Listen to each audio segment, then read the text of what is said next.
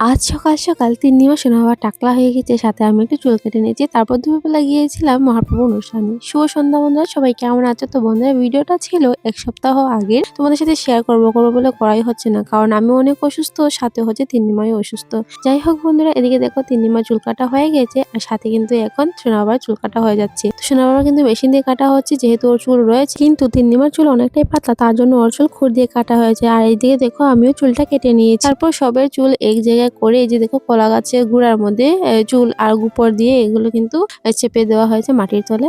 তারপর দেখো আমরা স্নান টান করে রেডি হয়ে গেছি, আর এদিকে দেখো টাকলা যাই হোক, তারপর দেখো আমরা রেডি হয়ে বের হয়ে গিয়েছি এই মহাপ্রভু অনুষ্ঠানে যাওয়ার জন্য। তো এই যে দেখো সুন্দর সুন্দর দৃশ্য দেখে আমরা কিন্তু চলে যাচ্ছি। এই যে দেখো বন্ধুরা, নুকুটি পাহাড় উঠতে হবে, এই উঁচু টিল্লা। তো এই টিল্লা উঠে কিন্তু আমরা ফাইনালি কিন্তু এখন পুজো বাড়িতে চলে গিয়েছি। আর এখানে আমি এতদিন পর আর কি উঠছি টিল্লা, তো তার জন্য বৌদি আর আমি হাসাহাসি করছি, কারণ এত কষ্ট হচ্ছে। তো ওখানে গিয়ে দিকে যে কীর্তন চলছে, এদিকে দেখো আমরা মহাপ্রভুকে নমস্কার দিয়ে তারপর আমরা এসে কীর্তনের আসরে বসে গিয়েছি। তারপর একটু সময় পর চলছে আরতি, তো একটু তোমরা কীর্তন শুনে নাও।